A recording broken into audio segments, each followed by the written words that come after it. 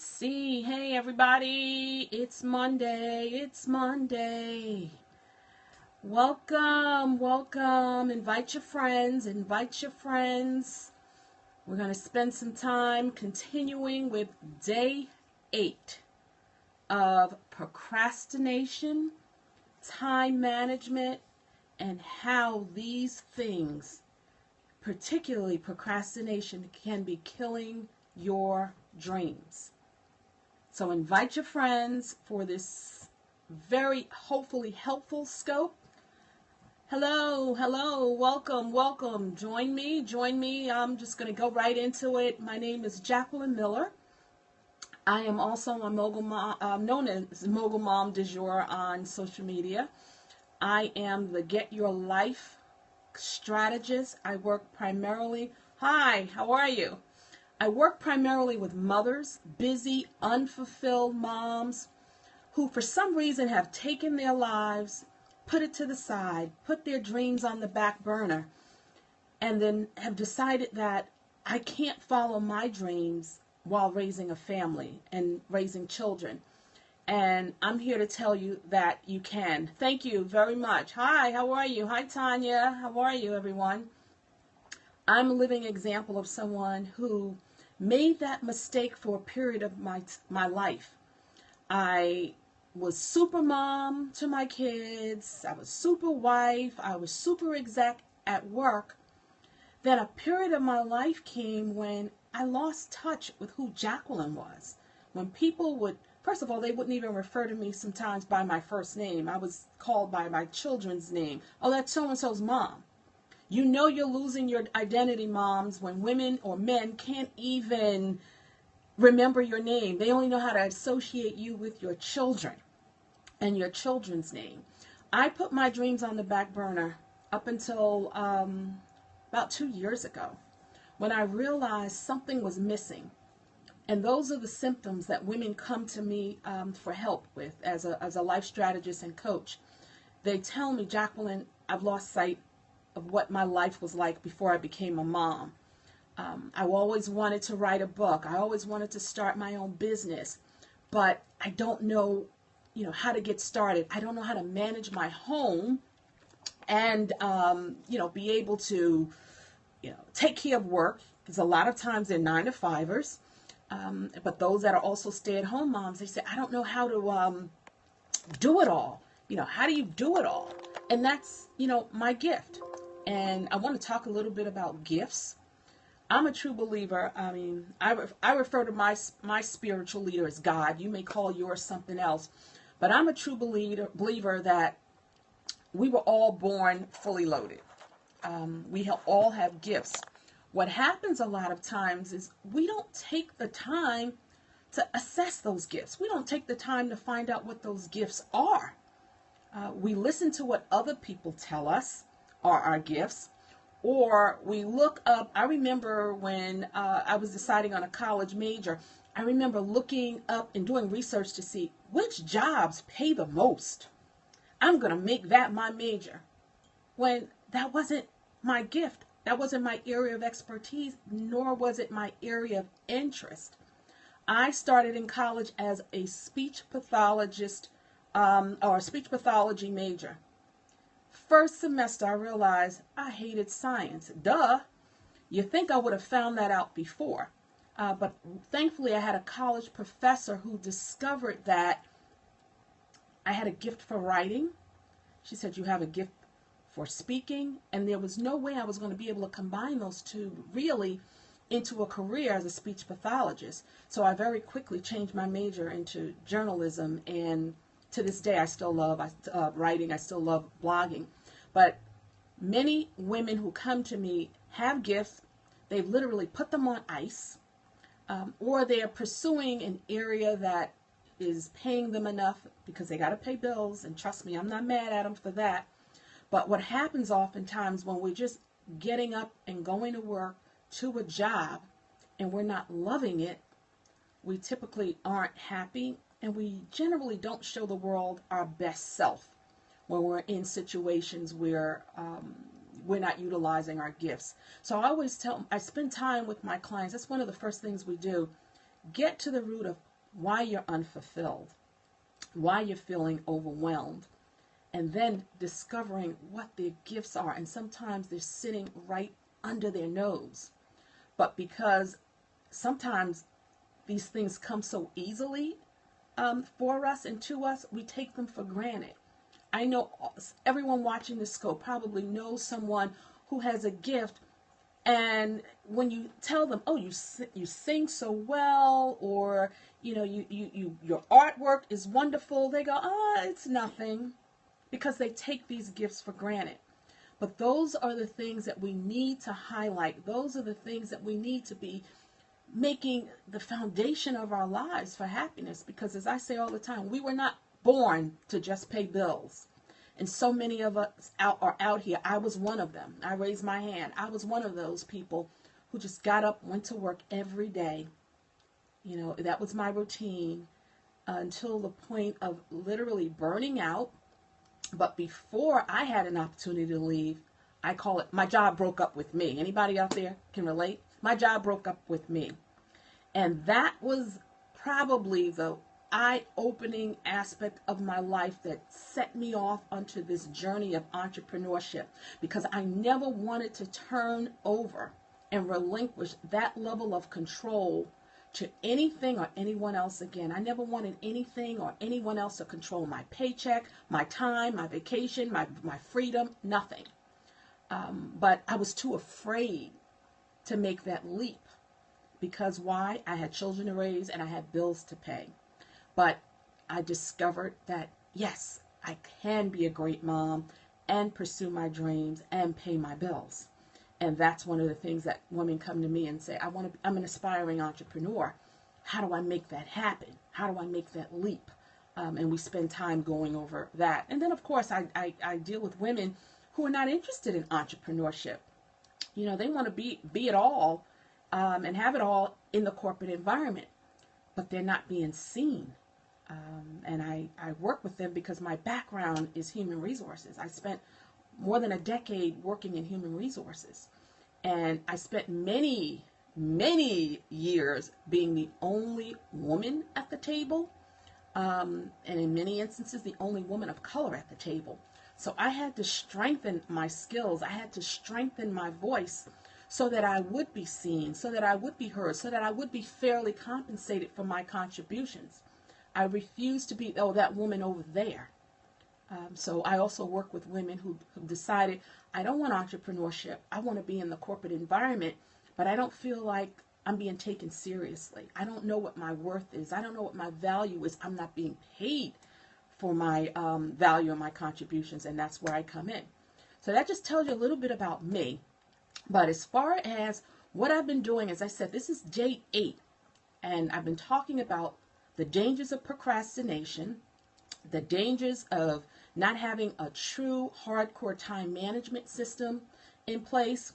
And what I've done primarily is talked about why some people procrastinate. And I've been giving reasons every day as to why people procrastinate. On day 10, I'm going to summarize them all.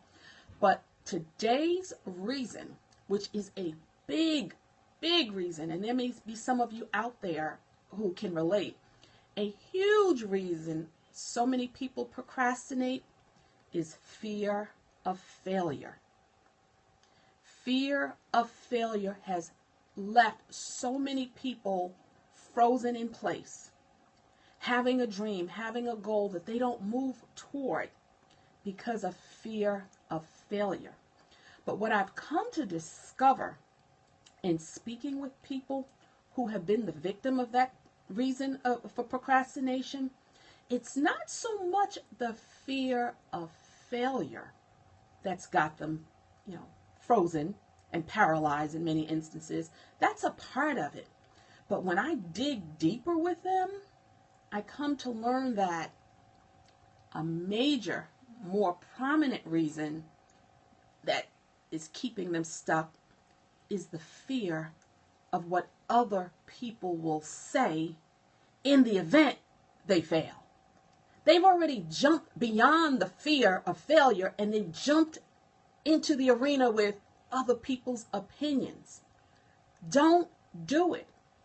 Someone whom I love dearly and respect dearly, motivational speaker Lisa Nichols, she says repeatedly, other people's opinion of you are none of your business, and nor should they ever be.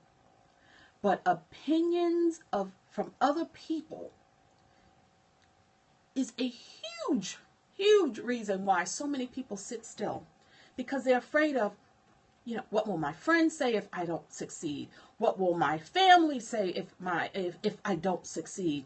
What will my neighbors say? What will my haters say? They're all over the map. And so instead of stepping into the arena and giving it a go, they sit still, frozen. Fear of failure, but more importantly, they are afraid of what other people will say if they fail. Now you love that if has people frozen, procrastinating, and is I'm sure some of you have heard, when someone says, but what if I fail? But what if you fly? You will never know if you don't jump into the arena. And the other thing regarding people and their opinions, you're always going to run into folks who are going to have criticism. They're going to have critiques. They're going to have their opinion. One thing that I want to say to you, and I say to anyone who comes into my space, beware of constructive criticism coming from people who have never constructed a darn thing in their lives. If you look over your life and take notes on who some of the people are that are critiquing you and have opinions about things you do, you'd be so surprised to count the number of folks who haven't done a darn thing in their lives, but yet they've got an opinion about what you're doing or not doing. They are what I call bench warmers. They will suit up. Many of them won't even suit up, but they will suit up, sit on the bench, and then yell constructive criticism from the bench. Never been in the game, never taking a leap, never doing anything outside of their comfort zone, but they're full of critiques for you. Beware of those folks. You have to shut them out. You have to press pause on that negativity, because it will cause you to do what? Procrastinate. Don't give in to that. And so what if you fail? 99.9% of the successful people out here have failed at some point in their journey. It's not about the fall down. It's about the get up. It's about falling forward. As long as there has been a lesson learned and you take that knowledge and you do something positive with it, nobody's going to remember that failure from last week or last month. They're going to be watching you and seeing what it is that you're doing going forward. So don't worry about, the failure, or the potential failure. Focus on getting yourself up, dusting yourself off, and keep it moving. Keep it moving. And keep sight of your vision. No one knows your vision like you. There will be people who will try and direct you onto the road or the journey that they think you should be. Oh, I don't think you should be doing that. You should be doing this. No one knows your vision. No one knows your God assignment but you and God. Don't let anyone else steer you away from that. Because the reality is, if you have some bumps in the road and you don't, go smoothly along, and most people don't, if you've got big dreams, you're going to hit some bumps in the road. You're going to hit some obstacles. But don't let that stop you. Keep going. Because no matter what, those folks, call them what you want, haters, criticizers, naysayers, they're going to have something to say no matter what. If you do well, they're going to, step back. Well, who does he think he is? Who does she think, she is? They're always going to have something to say. You'll even have them saying, I had someone say to me once, I blocked you on social media because you post too much. And I just laughed. And I said, good, keep me blocked. Because if what I'm posting isn't resonating for you, it wasn't for you. So I don't want you to see it anyway. Don't even waste your time. Those whom I resonate with will appreciate my posts. But that's also another way of people trying to slow your roll, because they're not doing anything, so they don't want to see you doing anything. So why? It's that thing of crabs in the barrel mentality a lot of times. I'm not doing anything. I'm comfortable, living paycheck to Monday. I don't even say paycheck to paycheck, paycheck to Monday. A lot of folks who have no ambition, no big dreams, they don't want to see you have any. And you can't let those people push you into a place of paralysis where you're procrastinating moving forward with your dreams because you're afraid of what someone else will say. And you will have people saying, why do you have to brag? When you have a win and you post it on social media or you talk about it over dinner, why do you have to brag? And I always say, when did a win and a success become bragging? Let me think. When it didn't happen to them. That's what it usually is. As long as it's not happening to them, then it's bragging. Don't let folks like that sideline your dreams, have you fearful of taking that leap, taking that step, simply because you're afraid of what other people are going to say. Remind yourself you have one life. No one can live it like you. No one can be successful with it like you. No one can screw it up like you. But so what? We all will fall down, but we all get up. So again, don't let fear or fear of what other people will say keep you stuck and stagnant. What I'd like for you to do, if you are that person who has been prone to procrastination for whatever reason, I really would love it if you would stop today. Let today be the last time that you do that. And one way of hopefully getting you to do that is to go to my site, slayprocrastination.com, and get some tips on how to put procrastination to bed. Don't let procrastination or lack of time management kill your dreams. I'm about to jump off now because I've got to actually do an interview for a podcast. I'm probably got another minute or so to go. And the woman, Butterflies and Wisdom is the name of the show. Wynn Charles suffers from cerebral palsy. Now you want to talk about somebody who's not allowed circumstances to slow her down. This woman suffers from cerebral palsy and is living her fullest life. So if a woman like her can pursue her dreams and not be afraid of failure and what other people have to say, certainly you who woke up this morning, had all 10 fingers moving, eyes working, legs moving, certainly you have what it takes to take your life to the next level. Okay, so thank you for joining me. Day 8, procrastination, time management. It's killing some of our dreams. Don't let it kill yours. Take care, everyone. I will see you tomorrow. Again, my name is Jacqueline Miller. Share this with your friends. I hope it has resonated with you and you can take something away from this and take your life to the next level. The world is waiting for your greatness. Have a great night. Thanks. Bye-bye.